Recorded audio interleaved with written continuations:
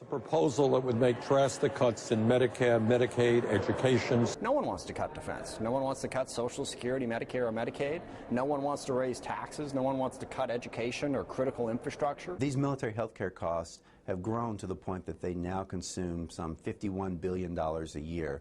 The deficit is a serious problem. What had been a culture of endless money, where cost was rarely a consideration, will become a culture of savings and restraint.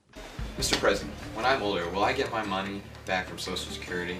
Will I receive the benefits people receive today through Medicare and Medicaid? Will the United States be a superpower?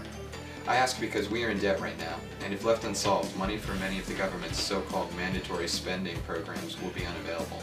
Current fiscal practice resulted in our present large budget deficit, and considering Congress's propensity to spend, increasing taxes will postpone, not prevent, the nation's depleting its funds. Over 60% of the government spending goes to three major programs. These are Medicare and Medicaid, Social Security, and Defense. Medicare and Medicaid are national welfare programs that redistribute money to those who aren't well off. Social Security saves money from workers' paychecks that is returned to them in retirement to prevent people from losing all their retirement savings. Military spending is used for domestic defense and policing abroad. The government spent over $3.5 trillion last year, but collected only $2.4 trillion in tax revenue. Congress spends money in two types of programs, those requiring discretionary and mandatory expenditures. Discretionary money is given to projects to improve the nation through appropriations bills and earmarks. Mandatory spending is expenditures to certain programs required by law, such as entitlements.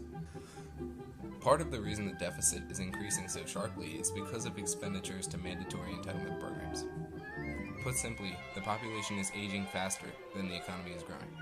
Unless a new technological or industrial revolution happens, we should plan for our economy to be stagnant. This means cutting back on discretionary as well as mandatory spending will be required, since the current budget allocations assume the GDP is increasing faster than it actually is. In fact, agencies like the GAO and OMB have predicted that between 2030 and 2040 the cost of mandatory spending will exceed revenue. The biggest allocation of the budget is to Medicare. You see, Medicare pays on average 75% of the cost of covered services and 48% of all average costs for the medical services. That money comes directly out of the Fed's pocket. While in many cases this program is necessary, it is still a huge bill. In addition, rising overall healthcare costs pose substantial financial challenges to the program.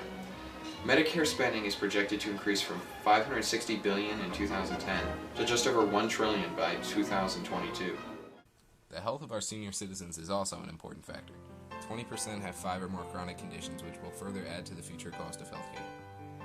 In response, policymakers recently have offered a number of competing proposals to reduce Medicare costs, yet so far none has successfully been passed. These reforms have proposed excluding individuals from coverage by increasing the age of eligibility. Unfortunately, this excludes the very people we want to help from receiving coverage, and cutting the amount given to all individuals would leave too little to cover their needs. The original Social Security Act was passed during the Great Depression as a mechanism to implement social insurance. Today, it is estimated that Social Security keeps roughly 40% of senior citizens out of poverty. While this is an important program, it is very costly, costing the government $725 billion in 2011. Furthermore, it is expected that retirees in the near future will outlive the Social Security Trust Fund. Defense spending makes up the second largest portion of our spending, taking up roughly 19% of our budget. Overseas contingency and wars make up over 50% of the $707.5 billion we spent in 2012. Defense spending has grown 9% annually on average from 2000 to 2009. With no domestic military threats, all of this money is spent to take preventative or aggressive measures.